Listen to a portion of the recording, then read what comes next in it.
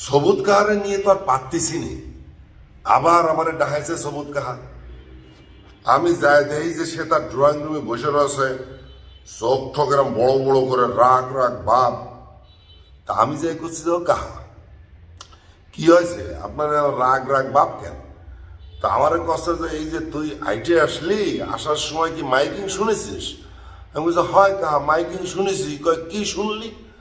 শুনলাম যে ওই যে এই পাড়ায় ওই যে ফুটবল খেলা হয়েছে, ছেলে পেলে ফুটবল খেলেছে, তা যারা যেতেছে তাকে মধ্যে একটা পুরস্কার বিতরণ হবে, তাই একটা অনুষ্ঠান হবে, সেই একটা মাইকিং হচ্ছে। মাইকিং শুনলি কিটা যে পুরস্কার দেবে কিটা, মানে প্রধান অতিথি কিটা?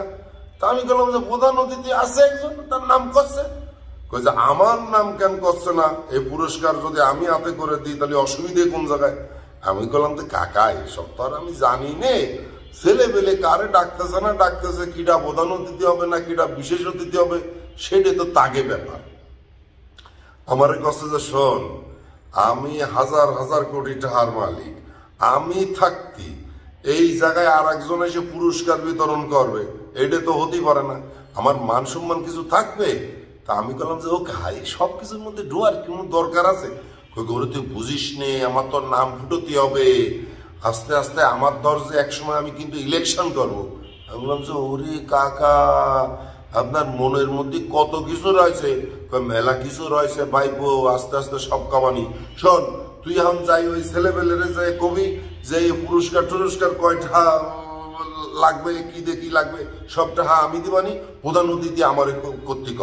তা আমি বললাম যে আমি এটা করতে পারবো না, আমি এসবের মধ্যে নেই, আপনি একটা লোক পাঠান, পাঠায় তারে কোন যে তারা সে যে যা দরকার সে করতে। সবুজ কা তারপরে যে লাইটেল বাহিনীর মধ্যে একজন আছে, তাকে ডাকলো, ডাকি কয় যে শোন ওই যে মাইকিং আছে, ছেলে পেলেকে ওই ক্লাবে যাবি, যাই কবি যে প্রধান অতিথি মতিথি সব বাদ, প্রধান অতিথি হবে সবুজ কাহা, আর এই পুরস্কার টুরস্কার যা কিনিছো তোমরা এই সব টাকা সবুজ কাহা দিয়ে দেবে না, যাই এটা কয়ে তুমি এটা ফাইনাল করে আসবা। তারপরে যে সে চলে গেল, সে চলে যে খানিক পরে আবার দৌড়ে আসলো, এসে বললো যে এটা পাস। সবুজ কাহা কয়েছে কিরাম পাস? আমি যে কইছি যে প্রধান অতিথি মতিথি সব বাদ, এই প্রধান অতিথি করবা তোমরা সবুজ কাহারে, টাকা পয়সা যা লাগবে সব সবুজ কাহা দেবে নে।